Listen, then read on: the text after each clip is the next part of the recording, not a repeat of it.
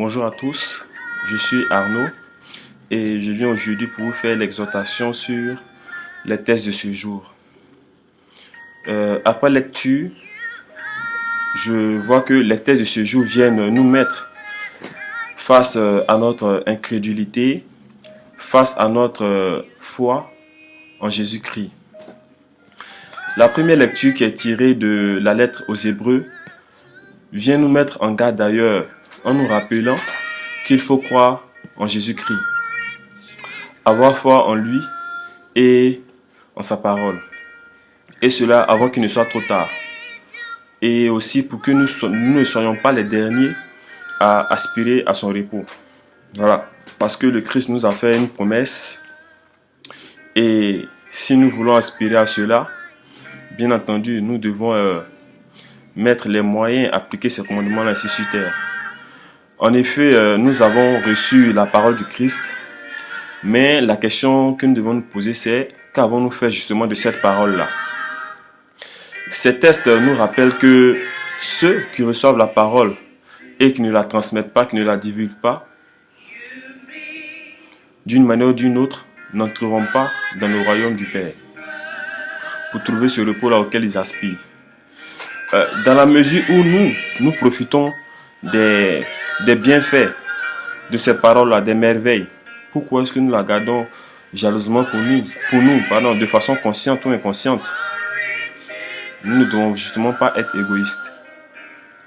Si on voit bien, ces tests viennent également nous rappeler que nous ne devons pas faire la même erreur que nos pères, que nos ancêtres ont fait dans le passé. Voilà. Parce qu'ils ont été sourds à la parole du Christ, ils n'ont pas cru. Nous ne devons pas être comme ces personnes-là, comme nos pères, justement, qui ont été nos dévanciers, qui sont plus ou moins un modèle maintenant de la puissance du Christ. Voilà, nous ne devons pas être des rebelles. Parce que comme le psaume vient nous rappeler, cette parole est donnée pour que l'on puisse observer le commandement du Christ dans la mesure où nous les connaissons. Voilà, donc il n'y a pas de raison, il n'y a pas de justificatif de garder cette parole-là pour nous ou bien de ne pas appliquer les commandements du Christ. Nous savons déjà quelle est la puissance du Seigneur, quelles sont ses merveilles-là qu'il a orchestrées dans le passé. Donc, voilà, il n'y a pas de raison d'avoir de doute. Je pense que justement l'heure n'est plus à la question de faire des tests sur ce qui est de la puissance du Christ. J'ai envie de dire même que maintenant, on ne peut plus se permettre d'être comme Thomas. Voilà, en essayant de voir d'abord pour croire.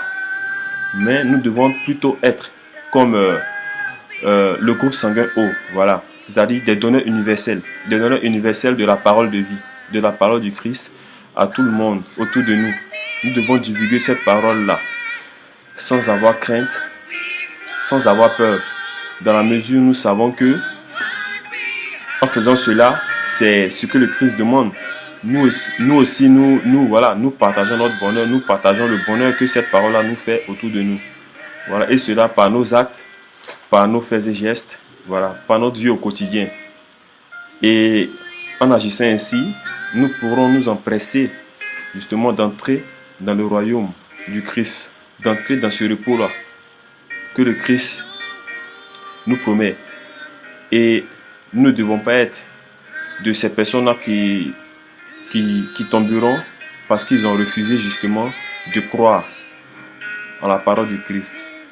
Rappelons-nous que le Christ marche à nos côtés et nous a donné justement autorité de prendre pouvoir sur toute chose, sur ce qui nous empêche de servir le Père, comme l'ont rappelé Pierre-André et Christopher dans leur exhortation. Voilà, nous sommes des petits Jésus-Christ. Donc il n'y a pas de raison que nous ayons peur de dire la parole avec foi, avec conviction. Tant que nous faisons les choses avec foi, avec conviction, tant que nous sommes sûrs de ce que cette parole-là s'accomplira, il n'y a pas de raison qu'elle ne s'accomplisse pas. Parce que justement, comme je l'ai dit, le Christ nous a donné autorité.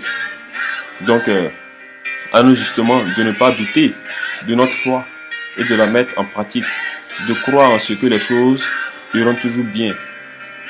Voilà.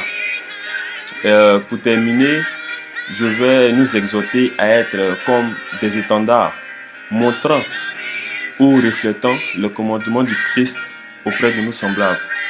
Voilà, nous devons être des modèles, des petits Jésus-Christ, comme l'a dit Pierre-André, des petits Jésus-Christ auprès de notre entourage.